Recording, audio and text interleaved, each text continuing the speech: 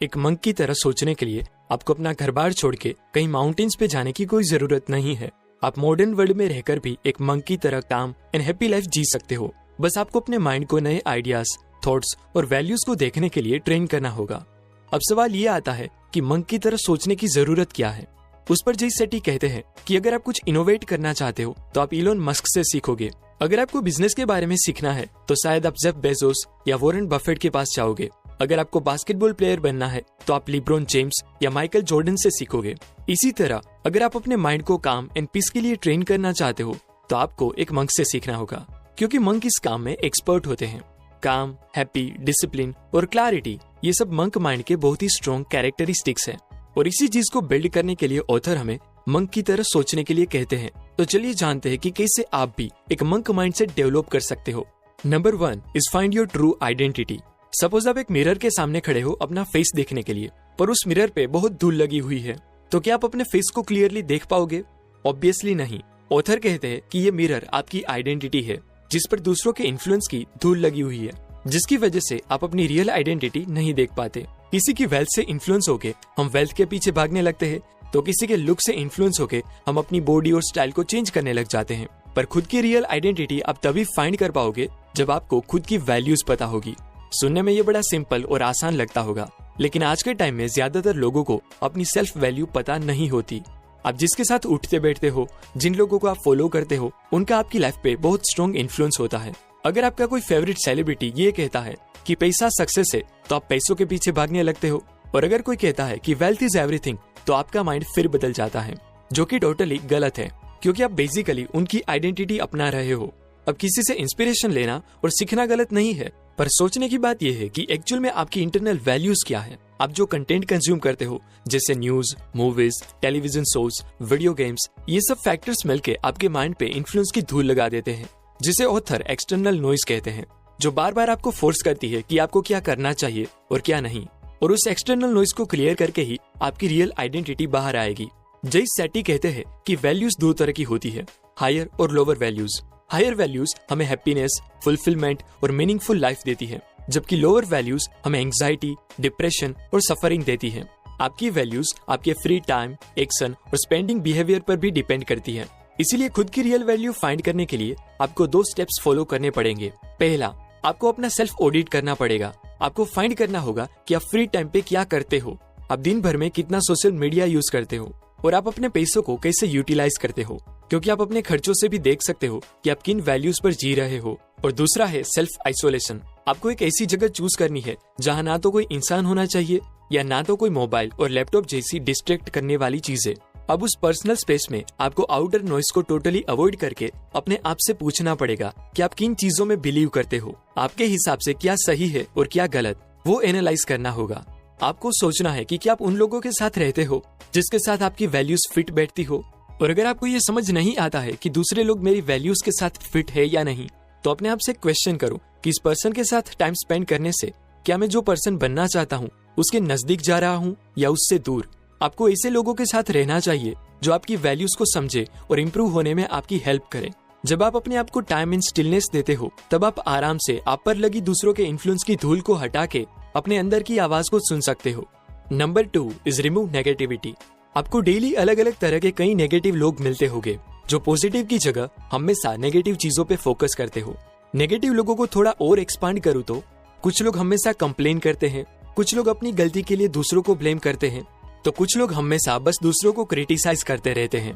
कुछ लोगों को लिमिटेशंस पता होती है, लेकिन फिर भी वो दूसरों पर प्रेशर डालते रहते हैं। कुछ लोग नेगेटिव ऑर्डर्स दे के बात करते हैं, तो वहीं कुछ लोग ऐसे भी होते हैं जो अप्रिशिएट करने की जगह हमेशा कंपैरिजन करते हैं। Now I am sure in सभी टाइप में से कुछ टाइप के लोग तो आपकी लाइफ में होंगे ही। अब देखो, हर रोज आपको कई नेगेटिव लोग मिलेंगे।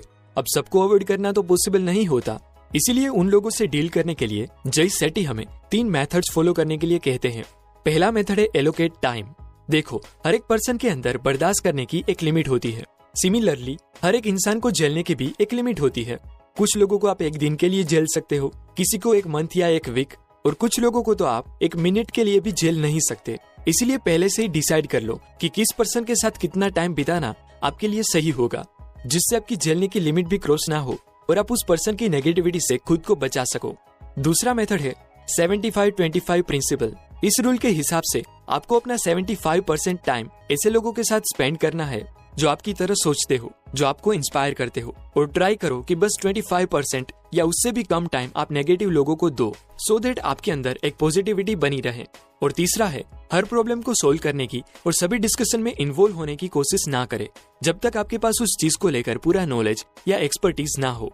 अब ये तो बात हुई बाहर की नेगेटिविटी की। नेगेटिविटी हमारे अंदर भी तो हो सकती है।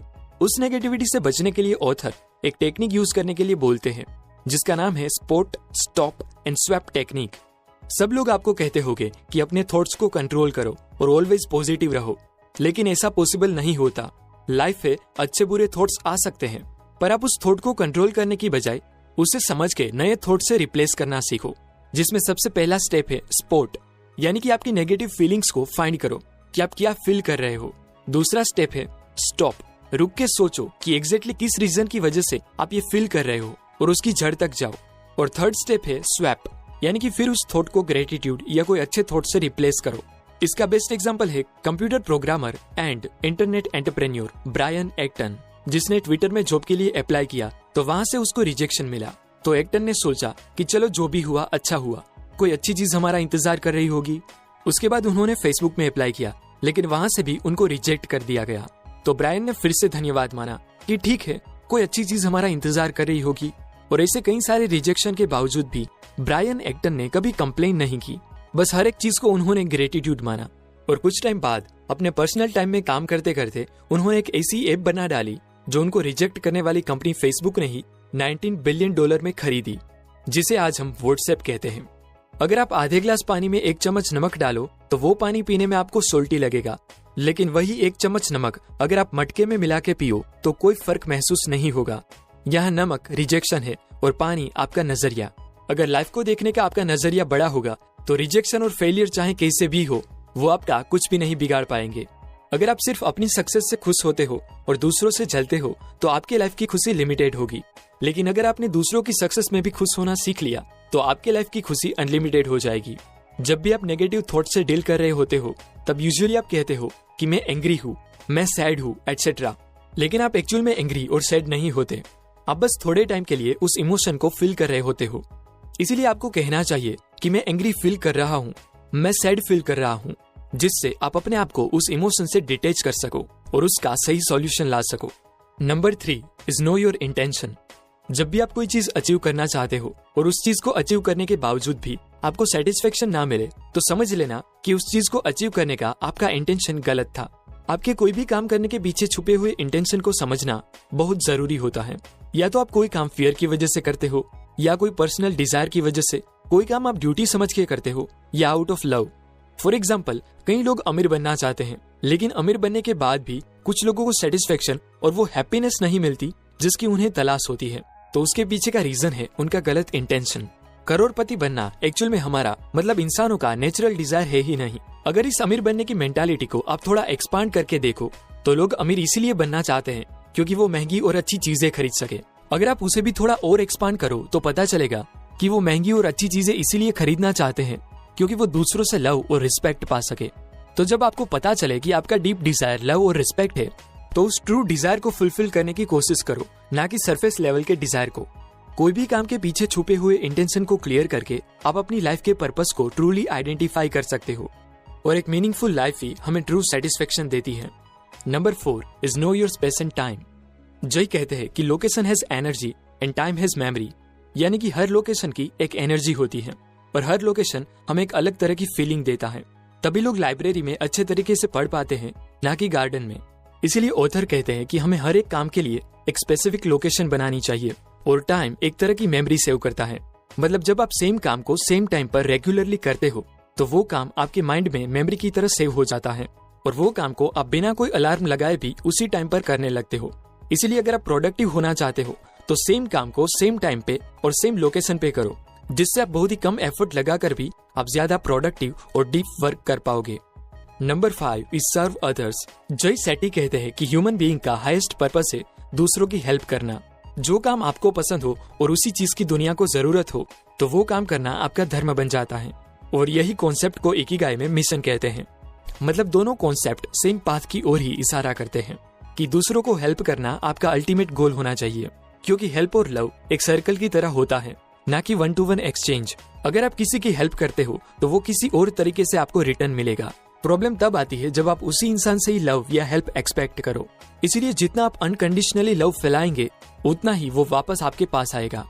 अब जय सेठी की book think like a monk से मैंने सीखी सभी बातों की स्क्रीनशॉट समरी बताऊं तो फर्स्ट, जब आप अपने आप को टाइम एंड स्टिलनेस देते हो तब आप पर लगी दूसरों के इन्फ्लुएंस की धूल को हटा के आप अपने अंदर की आवाज को सुन सकते हो। सेकंड, एक्सटर्नल नेगेटिविटी को दूर करने के लिए टाइम एलोकेशन, 75-25 प्रिंसिपल और डोंट गेट इन्वॉल्व टेक्निक का यूज करो और अपने अंदर की नेगेटिविटी को आप spot, stop and swap technique से ग्रेटिट्यूड या पॉजिटिव थॉट से बदल सकते हो। थर्ड इज, कोई भी काम के पीछे छुपे हुए इंटेंशन को क्लियर करके आप अपनी लाइफ के पर्पस को ट्रूली आइडेंटिफाई कर सकते हो और एक मीनिंगफुल लाइफ ही हमें सेटिस्फेक्शन देती है।